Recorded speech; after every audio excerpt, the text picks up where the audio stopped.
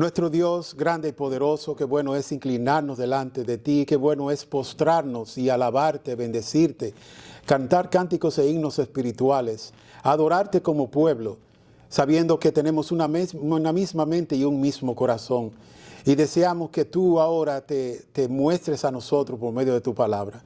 Enséñanos sabiduría de lo alto, acércate a nosotros ahora y danos tu bendición. Escucha la voz de tu pueblo en esta hora. Te lo pedimos en Cristo. Amén. Amén. Bueno, el Salmo, este mensaje de hoy lo titulamos Las aflicciones en la vida del creyente. Probablemente ustedes habrán escuchado sermones sobre este tema muchas ocasiones. Hay muchos textos en las Escrituras a través del cual nosotros podemos ir y ver cómo los creyentes a través de la historia han sufrido y han pasado aflicciones. Las aflicciones que muchas veces también se llaman como pruebas, pero no toda prueba es una aflicción, aunque hay muchas sí pruebas que pueden traer aflicciones. El texto del Salmo 34, 19 dice, muchas son las aflicciones del justo, pero de todas ellas lo libra el Señor. Hermanos, quizás en la vida moderna de hoy, nosotros no tengamos el uso del teléfono como antes lo teníamos. Usted tenía un teléfono en la casa y era su manera de comunicarse con el mundo. Pues a través de esa comunicación usted podía recibir muy malas noticias. Lo podían llamar de otra ciudad. A los que somos de Santo Domingo nos llamaban de la capital al decirnos que un familiar estaba malo. Muchas veces no nos decían que estaba malo. Nos decían que está en el hospital y ya quizás muchas veces había muerto. Pero no querían darnos el susto para que viajáramos allá a atender esa necesidad. Pero todavía hoy día nosotros podemos ser sorprendidos en muchas maneras por malas noticias que nos den a través de un teléfono. Puede ser un diagnóstico médico, que de la oficina nos llamen y nos diga, de la oficina necesita ver el doctor, porque hay una prueba que te hicimos y queremos decírtela personalmente. Ya eso solamente le pone frío a las manos a una. Puede ser también que nos llamen y nos digan algo pasó y uno se queda frío porque no le quieren decir por teléfono lo que pasó. O te pueden decir, tenemos que hablar. Si es del trabajo que te llaman y te dicen ahora, ya no te necesito. ¿Qué trauma nos puede causar esta información? La noticia que fuera, pero una noticia desagradable. Seguro que en cuestión de minutos nosotros podemos sentir muchas dudas en nuestros corazones. Y puede venir aquella pregunta que regularmente viene. Por los años que nosotros trabajé en la medicina, ya yo me retiré hace un año y algo, pero muchas veces cuando uno tenía que dar una noticia desagradable a un paciente o un diagnóstico que era catastrófico, la pregunta inmediatamente es un choque. ¿Por qué? Y si es un creyente, preguntarse, oh sí, Dios, pero ¿y por qué a mí? ¿Por qué yo? Si yo te sirvo a ti de todo corazón, si yo estoy a diario buscando tu rostro, si yo me deleito en tu presencia, si yo trato con mi corazón y mis pecados y cada día lo confieso delante de ti. Pero aquí en este salmo, sabemos que este salmo está dirigido específicamente, este versículo, no es para el impío, es para el creyente. Y nosotros asimismo, cuando vienen esas preocupaciones y esos traumas o esas preguntas o esa información que nos llevan muchas veces a dudar y a temblar de nuestras rodillas, debemos de pensar y confiar que nuestro Dios está en control de todas las cosas. Y Él la va a traer para nosotros. Esta es la escuela de la vida. Y aquí Él nos va a poner en diversas circunstancias a través de las cuales nosotros vamos a ser entrenados y vamos a ser preparados para vivir de la manera que Él quiere que nosotros vivamos. Muchos de nosotros le hemos servido por muchos años, le hemos adorado, hemos procurado obedecerle y nos parece que el hacer todas estas cosas muchas veces puede ser como la garantía que nosotros pensemos que vamos a tener para que las aflicciones no vengan a nosotros. Y eso puede ser una mala teología. Si nosotros pensamos que porque vivimos bien delante de Dios, a nuestros ojos y a nuestra evaluación, ya las aflicciones no van a venir, pues no. Hay algo garantizado. Nosotros tendremos aflicciones. Mientras estemos aquí de este lado del cielo vamos a tener aflicciones. Porque estamos afectados por el pecado. Este es un mundo caído. En el Salmo 34 aquí, que fue escrito por el salmista, cuyo corazón se conformaba al corazón de Dios. Se hablan muchas cosas ahí que son dignas de imitación de David. Valiente, temeroso de Dios, que tenía un corazón para con Dios. Él fue ungido por Dios también. Más adelante fue también proclamado rey, aunque en secreto Samuel lo había ya ungido para ser rey, pero el rey actual de Israel era Saúl. ¿Y qué pasó? David se deleitaba en la ley de Dios de día y de noche. Hay muchos salmos que hablan de cómo era su deleite.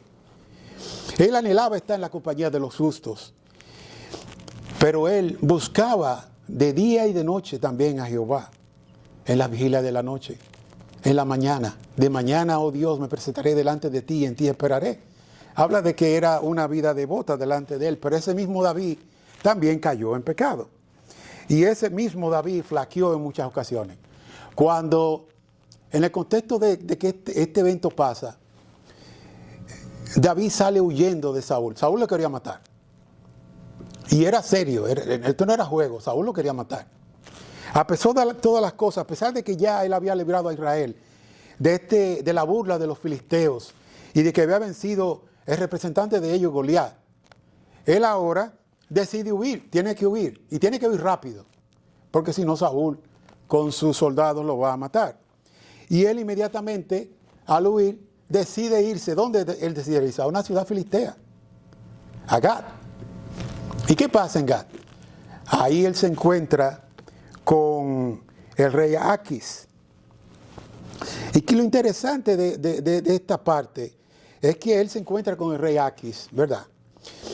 En 1 Samuel 21:13 dice: y se fingió demente ante sus ojos y actuaba como loco en medio de ellos. Escribía garabatos en las puertas de la entrada y dejaba que su saliva le corriera por la barba. ¿Ustedes se imaginan este espectáculo? Él hizo un performance ahí, hizo una actuación que si hubiese sido en este tiempo le dan un Oscar seguramente. Y tanto es tal que no lo reconocieron a él. Él llega a esa ciudad filistea donde él había matado el héroe de ellos. Y Aquis, que era el rey de Gat, tampoco lo reconoce. Y cuando vienen y le traen a este hombre, escribiendo en las puertas garabato, en esa situación que parecía en verdad un loco. Y él dijo: ¿para qué yo necesito más loco ahora? Sáquenlo de aquí. Él no lo quería. Entonces, hermanos, imagínense en eso. Ya sabemos parte de lo que era la historia de David.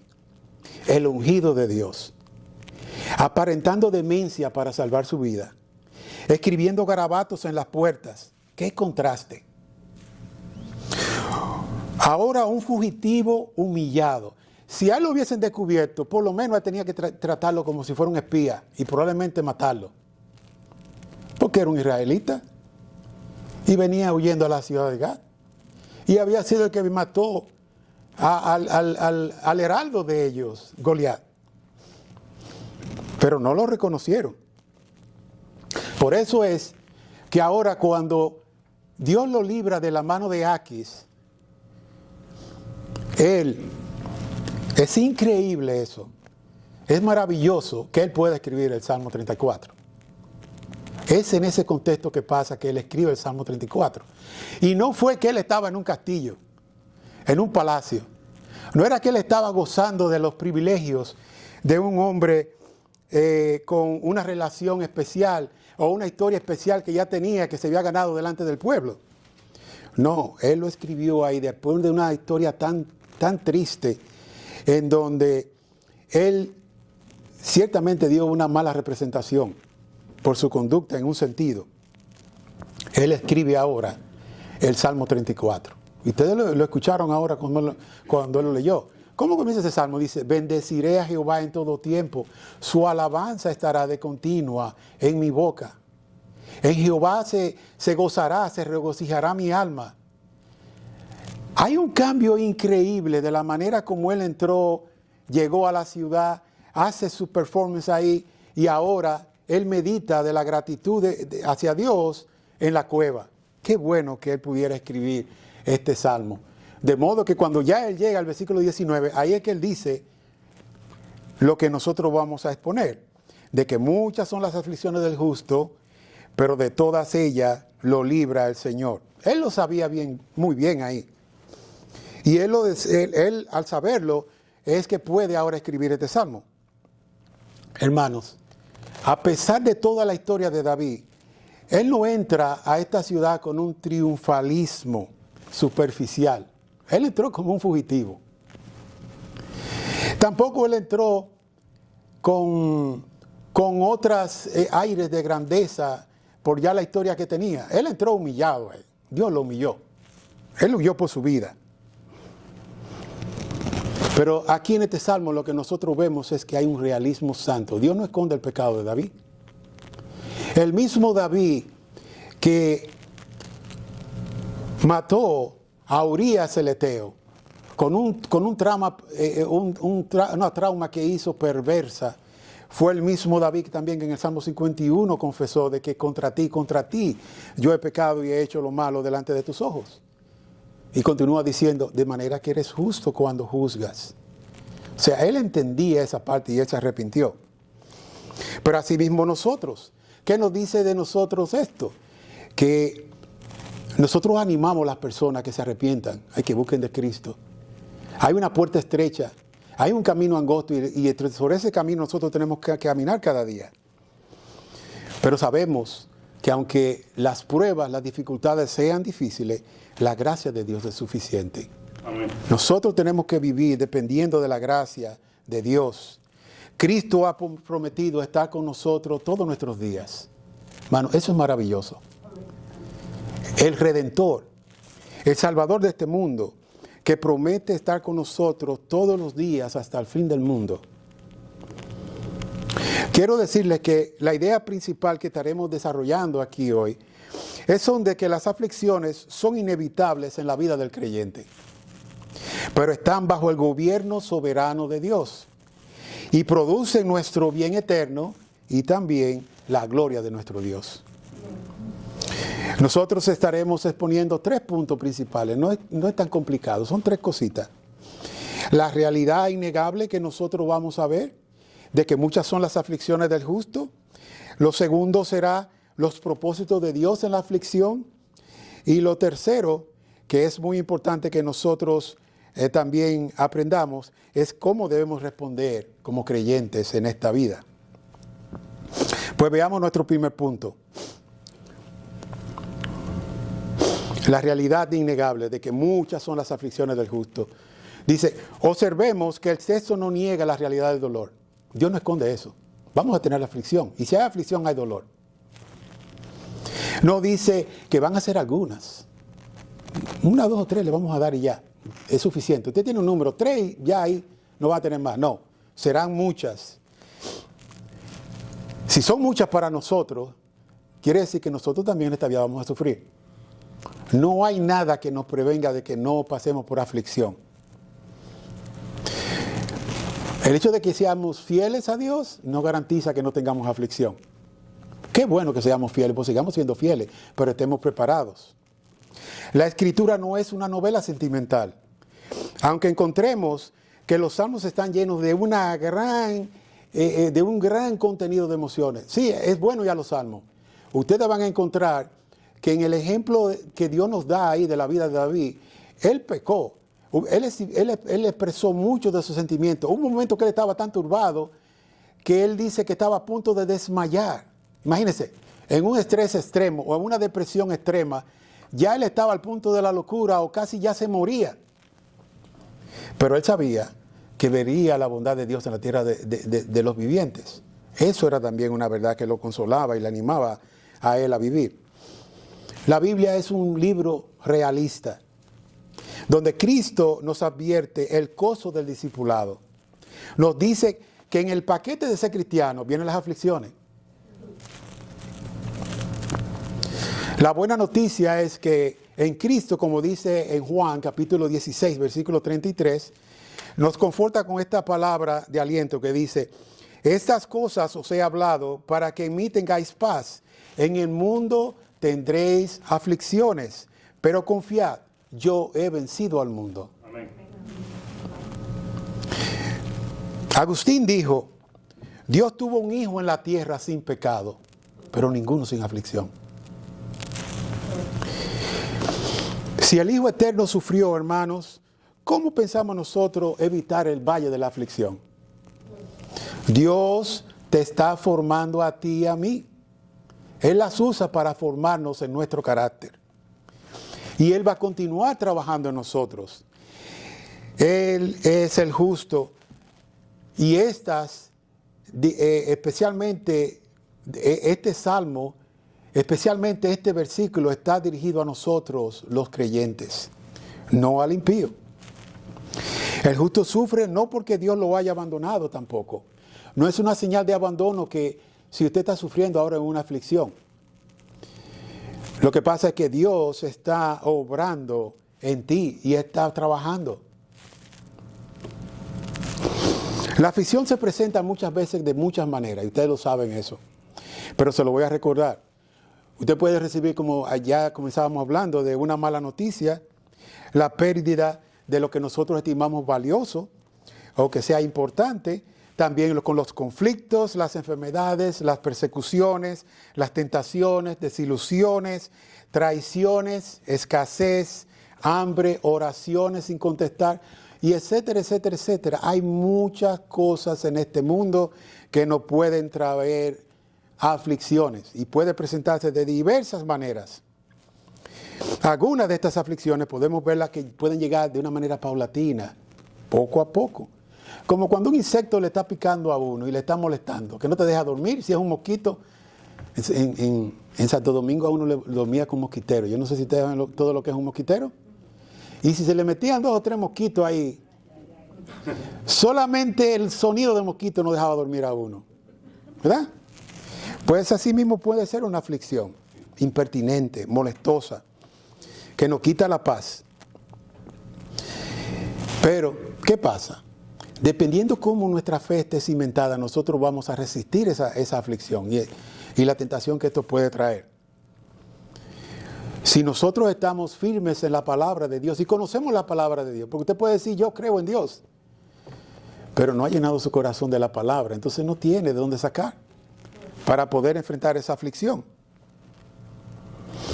Para poder llegar a decir, por ejemplo, como decía el apóstol Pablo en 2 de Timoteo, capítulo 1, versículo 12, en medio del sufrimiento, ¿qué él decía? Dice, yo sé a quien he creído y sé que es poderoso para guardar mi depósito para aquel día.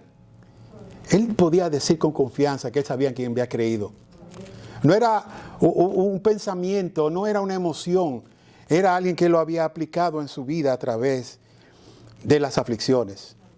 Pablo estaba firme y con una convicción y confianza en Dios en medio del sufrimiento. Y estaba seguro de que Dios iba a guardar su vida, que iba a guardar su fe y que iba a guardar su ministerio. ¿Tenemos tú y yo esa confianza? Como la que tenía el apóstol Pablo. Esa es la fe entonces, hermanos, que debemos de cultivar. Esos ejemplos que están en las Escrituras para que nosotros lo imitemos. No imitemos su pecado. Imitemos aquellas cosas que son buenas, en las cuales Dios nos las deja ahí grabadas en su palabra para que nosotros las tomemos y las apliquemos y veamos un ejemplo de que eso se puede hacer. Miren lo que decía el famoso predicador, el príncipe de los predicadores Spurgeon. Él decía, habrá un final para las aflicciones del creyente. Él estaba convencido de eso, perdón. Él estaba convencido, pero ¿qué estaba convencido también? Y él dice, termina esa frase diciendo, y un final que será un final de gozo, no de tristeza. Para el creyente el final de una aflicción, de una angustia, de una tribulación, va a ser de gozo. Aunque no lo entienda todo en esta vida, pero si no lo entenderá cuando esté con Cristo. Hermanos, no interpretemos la aflicción como ausencia de Dios, ni midamos la fidelidad divina por la ausencia de pruebas. Tampoco nos sorprendamos cuando lleguen. Es más, tenemos que esperarlas las aflicciones. Si no llegan, debemos estar preocupados por eso, porque no han llegado. No es que ahora estemos pidiendo a Dios, dame aflicción, dame angustia, dame dolor. No. Pero no nos sorprendamos, porque aquí en el mundo tendremos aflicciones. Pero ¿qué recordamos que decía Cristo? Confiar. Confiar en Él. Confiar que yo he vencido al mundo. Hermanos, el Espíritu Santo no suaviza la realidad de esta vida, pues Él nos guía por el camino de la verdad. Y ese camino puede tener sus piedras en el medio. El mismo capitán de nuestra salvación, el Señor Jesucristo, fue perfeccionado por sufrimientos. Él es el mejor ejemplo para nosotros. ¿Quién entonces somos nosotros para exigir una exención? Es como cuando usted va a un lugar, mira, exonérame de hacer tal cosa, o de cumplir con esto. No podemos pensar que nosotros tenemos esa capacidad de estar exento de aflicciones. Esto es parte de nuestro peregrinaje a la Canaán celestial. Esto es parte del paquete con el cual nosotros tenemos que lidiar. Entonces, como hemos aprendido, el destinatario de esta porción del Salmo es el creyente, y todo el Salmo es para el creyente. Es el justo. El problema está entonces nosotros, que hemos visto y que hemos sido lavados por la sangre de Cristo, que pensamos muchas veces que no seremos afectados. ¿Por qué? En el mundo a ti te pueden decir, si tú eres bueno, te irá bien. La Biblia no dice eso. El hecho de que estemos bien y que estemos andando con el temor del Señor, no quiere que todos nuestros caminos van a ser color de rosa. Y que nosotros vamos a andar como el angelito que presentan la gente, volando de nube en nube. No, aquí vamos a tener dificultades. La Biblia dice, porque eres justo, serás probado. Eso es garantizado. Tengamos presente que el sufrimiento del creyente no significa tampoco, como habíamos mencionado anteriormente en otra manera, de que Dios te ha abandonado a ti. Significa es que Dios te ha tomado y ahora está obrando en ti. Él va a obrar y te va a perfeccionar. Y va a quitar muchas cosas malas que tú tienes. Miren, por ejemplo, el olivo. En un campo de olivo, quizás ustedes no pueden ver olivo aquí, pero cuando recogen la oliva, ¿qué pasa después de eso? Que la trituran. ¿Y usted cree que alguien ignorante puede ver las olivas que se ven tan bonitas? Vaya y cómase una para que usted vea qué amargas son. Saben malísimas. Pero el que sabe de eso, el agricultor, él la lleva a un lugar donde la procesan y ¿qué? La trituran. Esa oliva tan bonita ahora triturada no se ve nada elegante ni nada atractiva. Pero para poder sacar el aceite hay que triturarla. Entonces es un mismo proceso, hay una similitud en cuanto a eso, lo que hace Dios en nosotros. Él tiene un propósito en nuestras vidas. Amén. Y esto nos lleva entonces a nuestro segundo punto. Vemos que los propósitos de Dios en la aflicción lo entenderemos poco a poco. Algunas veces no lo vamos a entender de una vez, pero Dios tiene propósito en la aflicción. En la segunda parte del versículo él dice, pero de todas ellas te librará Jehová. Claramente Dios tiene un propósito cuando nos da esa promesa a nosotros, de que de todas ellas nos librará o te librará Jehová. Aquí encontramos nosotros esperanza. Aunque nos sintamos muchas ocasiones que estamos solos, desamparados, débiles, pero si confiamos en las Escrituras y vemos este pasaje ahora, oye, pero Él me está dando una garantía aquí. Si Dios, que es santo, 3 veces santo, cantamos de que Él es digno. Todos esos atributos siempre es bueno recordarlos de Dios. Pero cuando pensemos en su santidad, Dios es santo, santo, santo, 3 veces santo. Es imposible que Dios mienta. Él no es autor de mal. Si Él es santo, no puede mentir. O sea que si Él nos da las promesas, son para nosotros las promesas. Y tenemos que aferrarnos de ellas.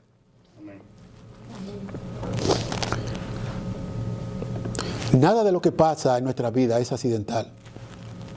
Fíjense, por ejemplo, Dios en su obra tiene un control soberano sobre todas las cosas. En Jeremías 29:11, ese pasaje, y creo que la primera vez que yo hice ese pasaje fue Harvey citándome ese pasaje, donde el Señor nos dice de que Él sabe los planes que tiene para nosotros, planes de hacernos bien y no mal, para darnos un futuro y una esperanza.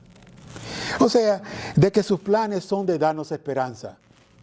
Si nosotros leemos Mateo 10:30, vemos que hasta los cabellos de nuestra cabeza están contados. Dice, no se cae también una hoja de un árbol sin la voluntad de Dios.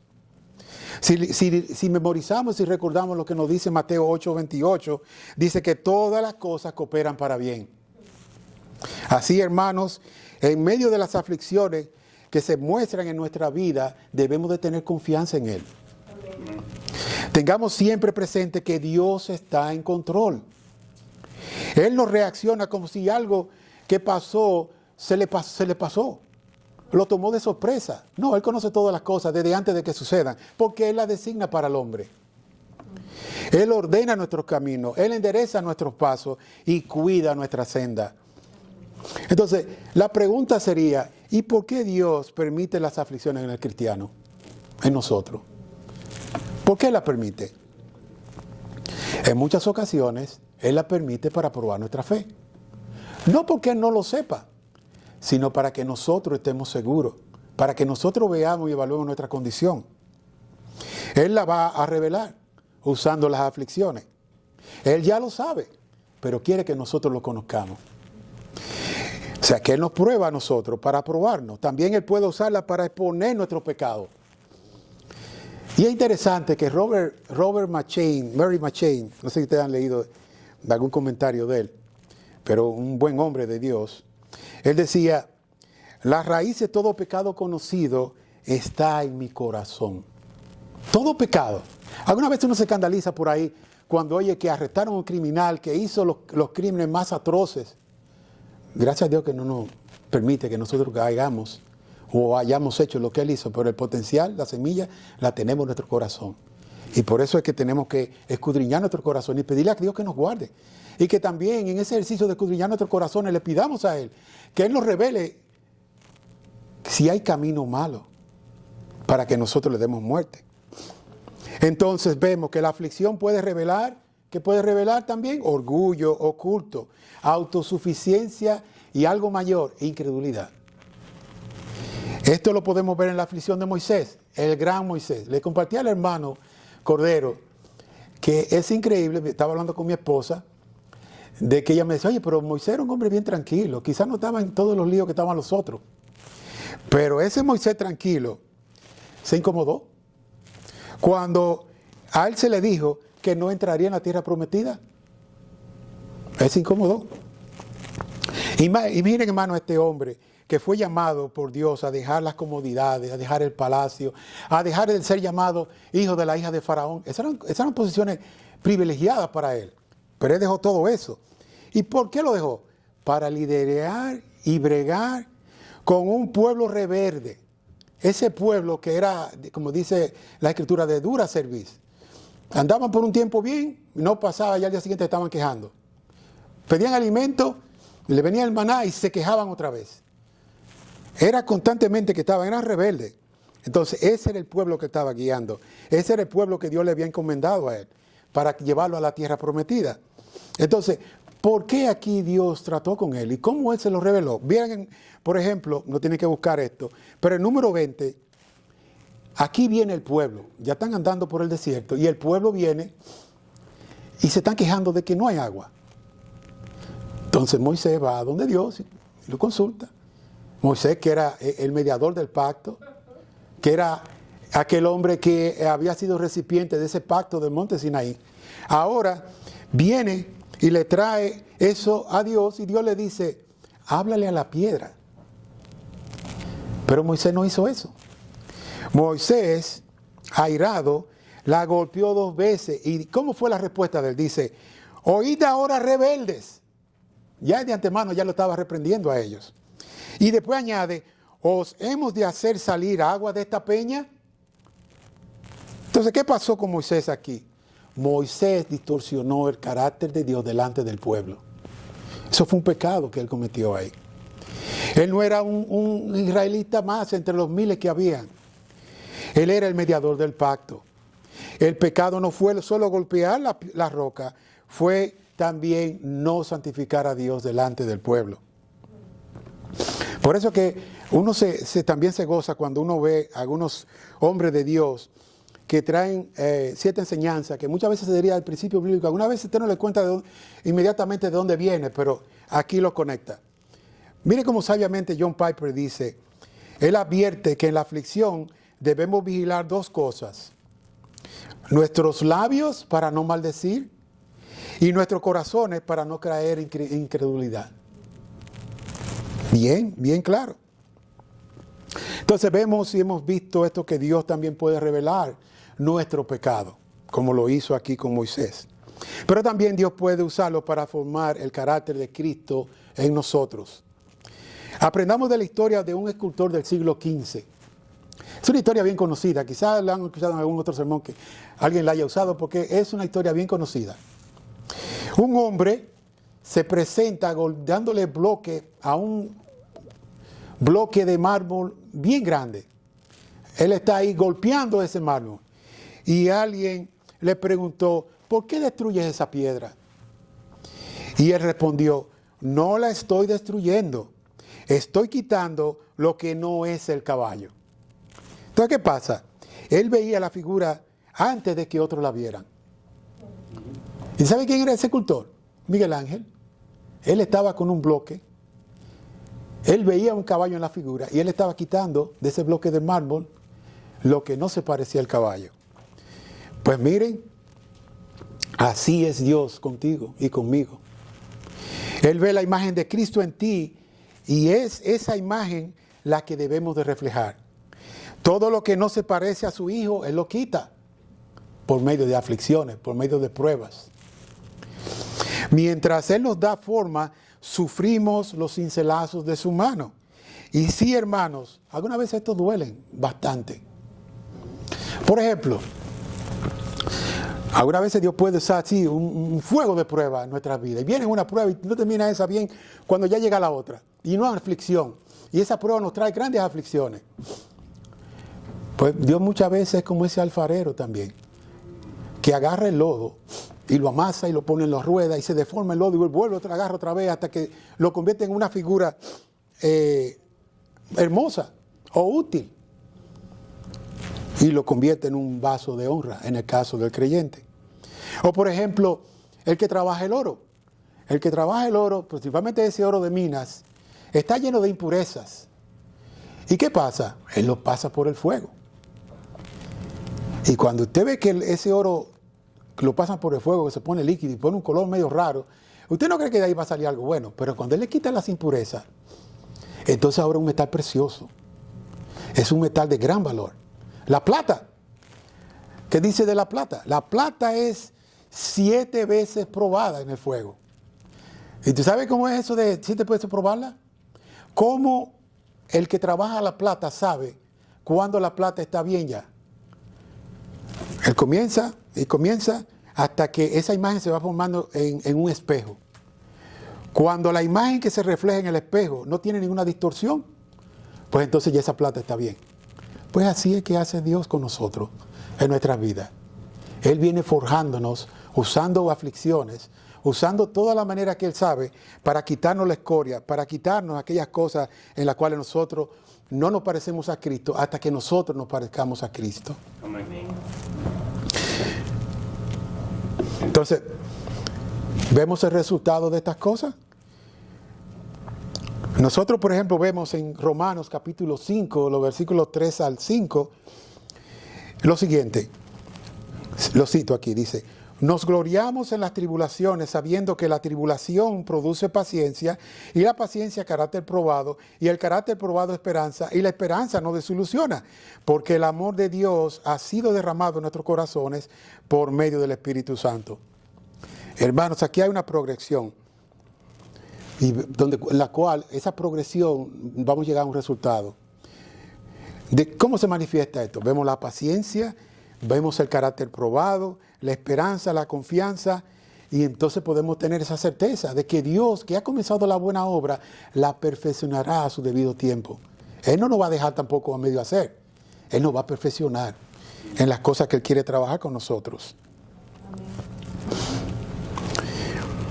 Él es el alfarero, que no nos saca del lodo, hermanos, hasta que no ha formado una figura, que no nos retira del fuego hasta que hemos sido purificados. Hay muchos ejemplos en las Escrituras de personas que también pasaron por pruebas para Dios probarle su fe y tener un propósito bueno en ellos. Por ejemplo, José. Sabemos todo lo que hizo José y todo lo que conllevó para él a ser aquel gran gobernador en Egipto. Pero a él le pasaron muchas cosas. Él tuvo que haber sido echado al foso. Él tuvo que haber sido también llevado como esclavo, encarcelado y haber olvidado por un tiempo hasta que Dios lo honró. Pero para él poder llegar a ese lugar donde él podía dirigir y podía con autoridad tener, fue que Dios formó el carácter de él a través de todas esas aflicciones. También tenemos el caso de Santiago y Juan, los hijos de Zebedeo. En una ocasión, ellos le pidieron a Cristo que lo sentara uno a la derecha y otro a la izquierda. Y ahí fue que Cristo viene y le dice que si ellos podían tomar del cáliz que él iba a tomar. ¿Y qué pasó después? Sabemos que ellos también tomaron parte de ese cáliz porque ellos murieron, o fueron perseguidos, fueron encarcelados, o fueron exiliados. Sufrieron por causa de Cristo. Y hay un ejemplo más contemporáneo. ¿Saben quién es John Bunyan? Probablemente sea familiar con El progreso del peregrino, ¿verdad?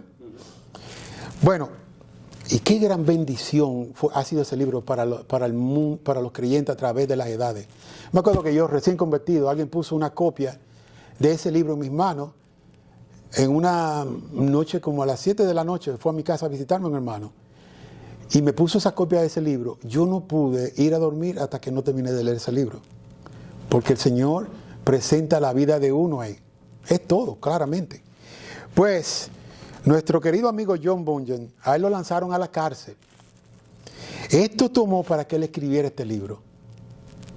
Ahí fue que él meditó y pensó. Y oigan esta expresión que él decía.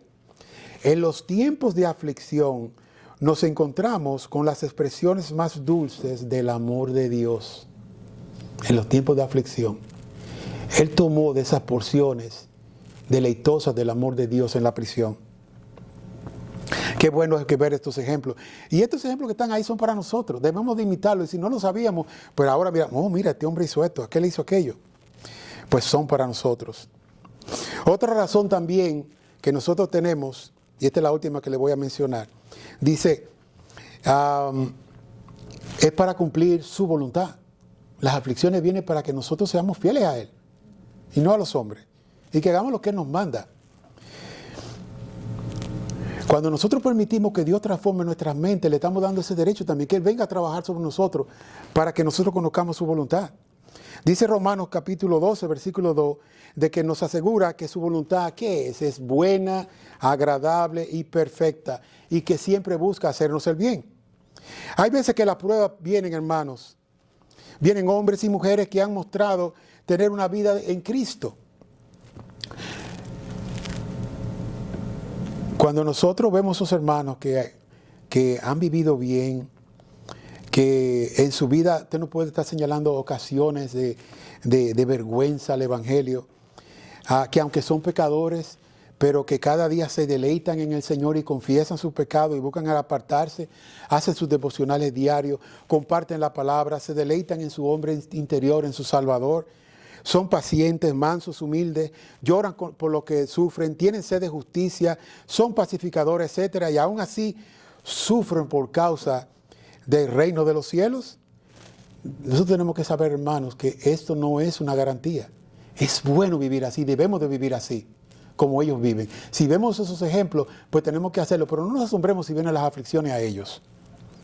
Bienaventurados cuando somos vituperados, perseguidos, blasfemados, cuando mienten contra nosotros. El ejemplo supremo que nosotros tenemos de un hombre experimentado en la aflicción fue Jesucristo. El Hijo de Dios, el que no cometió pecado, Dios hecho hombre y en su humanidad sufrió como tú y yo sufrimos. Sufrió el ser desaprobado por los suyos, abandonado por sus discípulos, negado por uno de sus amigos, traicionado por uno de sus discípulos. Con todo, aunque fue vituperado, escupido, coronado con una corona de espinas encarcelado, llevado a la muerte por los que decían y declaraban ser conocedores de la ley. Eso le pasó a Cristo. ¿Y por qué esto le pasó? Porque era la voluntad de Dios el Padre. Él se sometió a todas esas cosas. Y Cristo sabía que había venido. Él sabía los sufrimientos que le acontecerían. Él lo sabía todo. Pero con todo y eso, Él rogaba al Padre que pasara de Él esa copa amarga.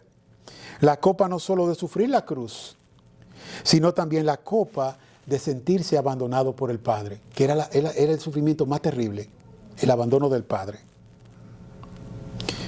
¿Y por qué Él tenía que pasar ese sufrimiento del abandono del Padre? Porque es que tenía que cargar con nuestros pecados. Él tenía que hacer aquella obra y morir por nosotros. Pero en ese amor de Él no perdió de vista lo principal que Él tenía, que era hacer la voluntad del Padre. Que no se haga mi voluntad sino la tuya. Él bebió la copa, Él murió, pero Él se levantó. Ya finalmente, hermanos, llegamos a nuestro último punto de cómo debe responder el creyente al experimentar las aflicciones. Cuando usted esté en medio de todas esas aflicciones, ¿qué va a hacer? ¿Debe el creyente entregarse a la tristeza, a la ansiedad, a la depresión? Como los que no tienen esperanza, descuidar la oración y la lectura de la palabra de Dios, abandonar a la iglesia, aislarse, encerrarse en sus pensamientos a la merced de su propio corazón engañoso. La respuesta clara a esto es no. El creyente no puede hacer esas cosas, no debe de hacerlo. La aflicción no es excusa para abandonar nuestros deberes espirituales. Es un llamado a la firmeza. Si estamos afligidos, tenemos que ser firmes. Reconozcamos la mano de Dios en todo nuestro camino, tanto en los buenos como en los malos. El Salmo 40, por ejemplo, versículo 1 al 3, es un salmo también muy precioso. ¿Qué nos dice ese salmo? Dice: al Señor esperé pacientemente, y Él se inclinó a mí y oyó mi clamor. Me sacó del hoyo de la destrucción, del lodo cenagoso, asentó mis pies sobre una roca y afirmó mis pasos. Puso en mi boca un cántico nuevo, un canto de alabanza a nuestro Dios. Muchos verán esto y temerán y confiarán en el Señor. Qué gran oportunidad nos da Dios a nosotros, que cuando otros pueden ver que nuestra dependencia, nuestra seguridad y nuestra confianza no está dependiendo de nuestra fuerza y nuestras circunstancias, sino en Dios, eso le va a ministrar a ellos. Decía alguien que muchos han aprendido más teología en la cama del hospital que en un seminario. Cuando usted está pendiente de Dios, cuando usted está dependiendo de Él, orando, humillándose bajo su poderosa mano, usted va a aprender mucho de Él. Y va a ser una fe práctica. Y Dios te va a escuchar, porque Dios es Dios todopoderoso y es misericordioso también. Yo refería de que había le compartía al hermano Cordero, de que había un pastor en Francia que él cayó en cama de muerte. Y pensó que sus días ya habían terminado, que no iba a poder ministrar a su iglesia. Sin embargo, cuenta la historia que toda la iglesia comenzó a visitarlo sabiendo que se iba a morir. ¿Y qué pasó? Ellos iban allá para animarlo, para consolarlo, leerle las escrituras, cantar con él, leerle las escrituras y meditar con él. Pero ellos eran los que salían ministrados. Sus mejores años fueron los años que estuvo hospitalizado hasta que murió. Dios puede hacer esa obra y puede saltar a siervos así, cumpliendo también lo que dice el Salmo 1, de cuán bienaventurado es el varón, que es aquel varón que está junto a corrientes de agua, dando su fruto a su tiempo y su hoja no se marchita. Yo decía en una ocasión que estando en la casa de mi abuelo, yo vi una ocasión, una sequía. Mi abuelo tenía mucha tierra, pero en el medio de la tierra había un río. Y en el medio de esa sequía, todo lo que estaba a la ribera del río, aunque fueran árboles viejos, estaban con frutos, su hoja no se marchitaba, pero todo alrededor estaba desolado, pero no esos árboles. Pues de la misma manera, si nosotros estamos cerca de Dios y nos estamos alimentando de su palabra, ese es ese río que nos va a alimentar nuestras almas. Y vamos a estar firmes y vamos a estar dando fruto, aunque tuviéramos una cama de hospital muriendo. Amén. Mire lo que decía Thomas Manton. Si al final alcanzamos el cielo, entonces no es tan grande sufrir en el camino al cielo. Es cuestión de perspectiva muchas veces. Recuerda el gran consuelo del versículo 19, ahora la segunda parte. ¿Qué nos dice? De todas ellas te librará Jehová. Nosotros podemos ver que Dios nos puede librar de diversas maneras, pero Él dice que nos va a liberar, eso es garantizado. Si tú estás en Cristo, estás seguro. Nuestra esperanza final es una gloria sin lágrimas. ¿Qué dice Apocalipsis 21, capítulo 4? Dice, Él enjugará toda lágrima de tus ojos, y ya no habrá muerte, ni habrá más dolor, ni clamor, ni dolor, porque las primeras cosas han pasado. Hermanos, ese es nuestro Dios. Esa es la esperanza que nosotros debemos tener segura, de que Él enjugará todas nuestras lágrimas, y ya no habrá llanto ni temor. Habrá un día en donde ya el pecado, sus influencias sobre nosotros, las limitaciones que nos da, porque ahora mismo nosotros nos deleitamos en Cristo y en su palabra, y podemos verlo a Él ahí, darle gracias a Dios, y podemos vivir conforme a esa palabra, pero aún lo que vemos es limitado, es como si fuera a través de un velo, porque el pecado todavía nos afecta y no nos permite contemplar la hermosura completa de Cristo. De modo que ahora, si tú estás sufriendo, no murmures. La murmuración es acusar a Dios de error. La sumisión reverente es una adoración silenciosa. Si estás sufriendo, no te aísles. La tentación en la prueba es a retirarse. Cuando una persona le ha pasado un problema grande, primero muchas veces se aísla. Cuando tiene un fracaso sentimental, se aísla. Cuando no le van bien en los negocios, se aísla. Cuando tiene algo que resolver con las autoridades, no quiere que lo vean. Pero nosotros como creyentes no podemos aislarnos. No podemos ahora, porque estemos en un pecado, dejar de asistir a la iglesia. No, tenemos que confesar nuestro pecado. Si estamos pecando contra un hermano, tenemos que venir y pedirle perdón a ese hermano. Tenemos que buscar su comunión. Tú necesitas la iglesia. Cuando tus piernas espirituales tiemblen, hay más que tú tienes que ir. En algunas ocasiones nosotros le hemos dado consejo a algunos hermanos.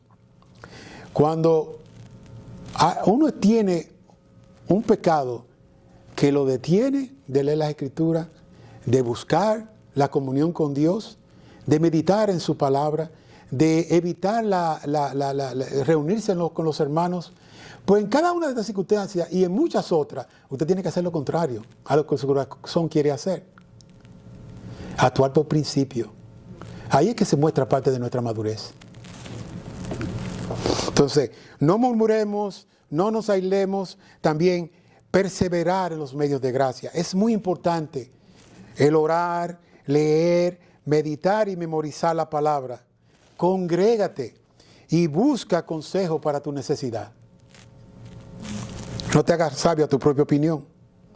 Otra cosa que podemos ver es, mira la cruz y encomiéndate al Padre. Cristo es el justo por excelencia.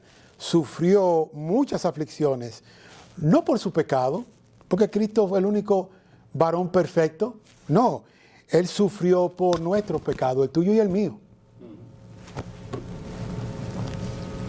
La cruz es la garantía de que el dolor del creyente fiel no es condenación, no es castigo, sino la mano de Dios obrando y la voluntad de Dios en nosotros. Dios está obrando esa voluntad de Él. Y si Él viene y trata con nosotros y tenemos ciertos problemas y ciertas aflicciones, pues debemos de verlo. Dios quiere tratar una área específica en nuestras vidas y Él quiere formar a Cristo en nosotros. Y eso no es una señal de que Él no nos está amando.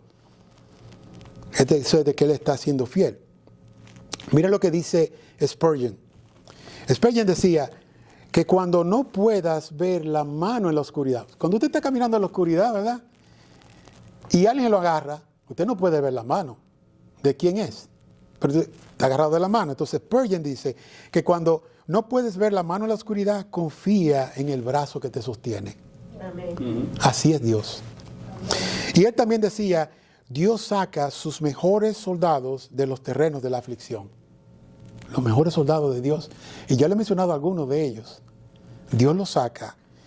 No de estar viviendo como ellos quieren, en bondad y en prosperidad. muchas veces Él usa las aflicciones y de ahí saca sus mejores soldados.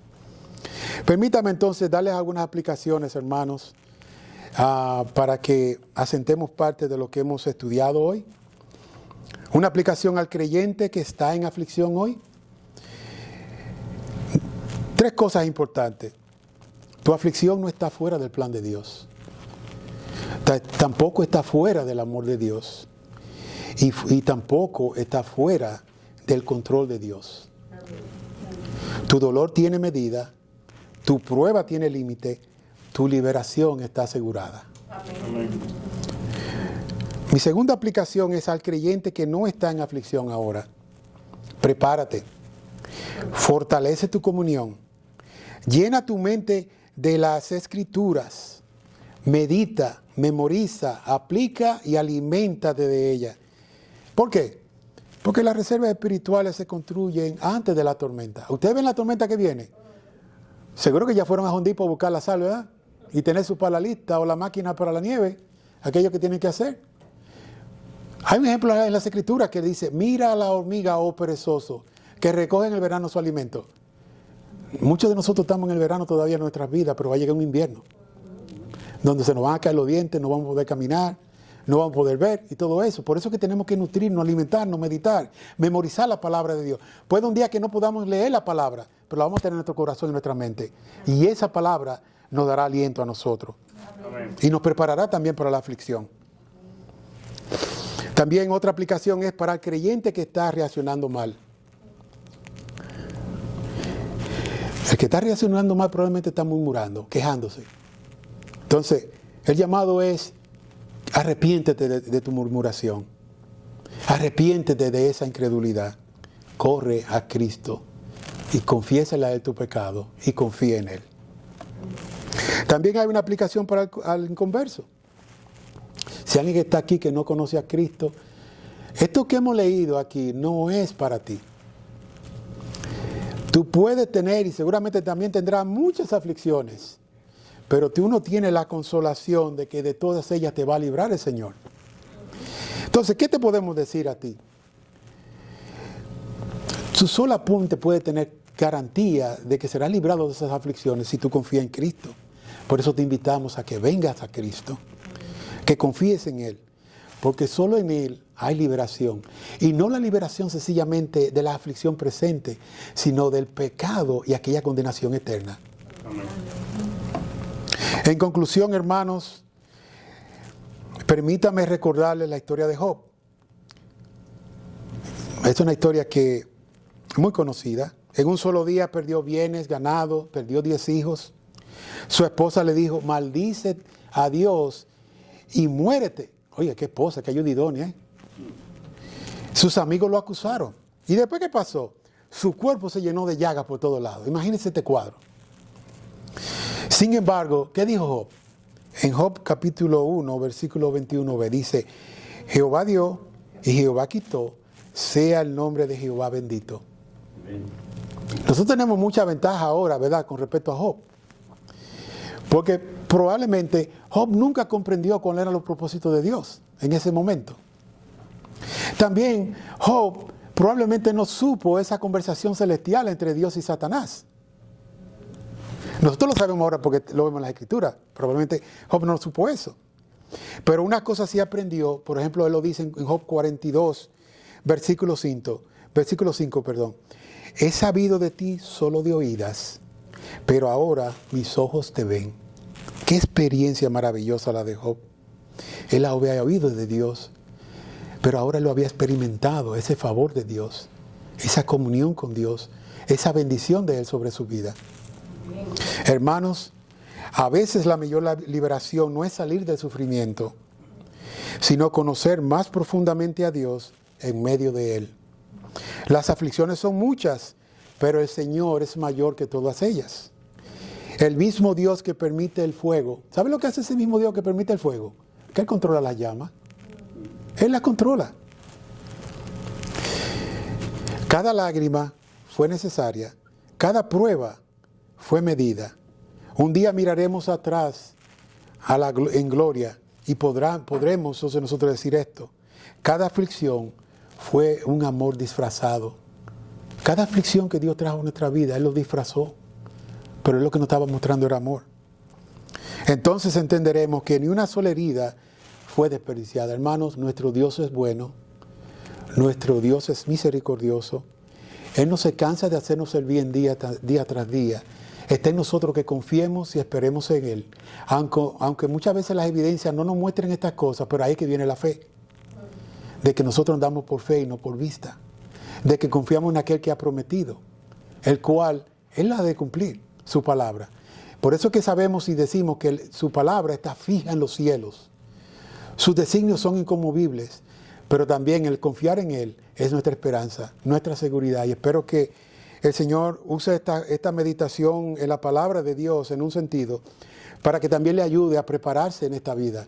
Porque tendremos aflicciones, pero tenemos un Dios que es poderoso. Tenemos un Dios que es misericordioso.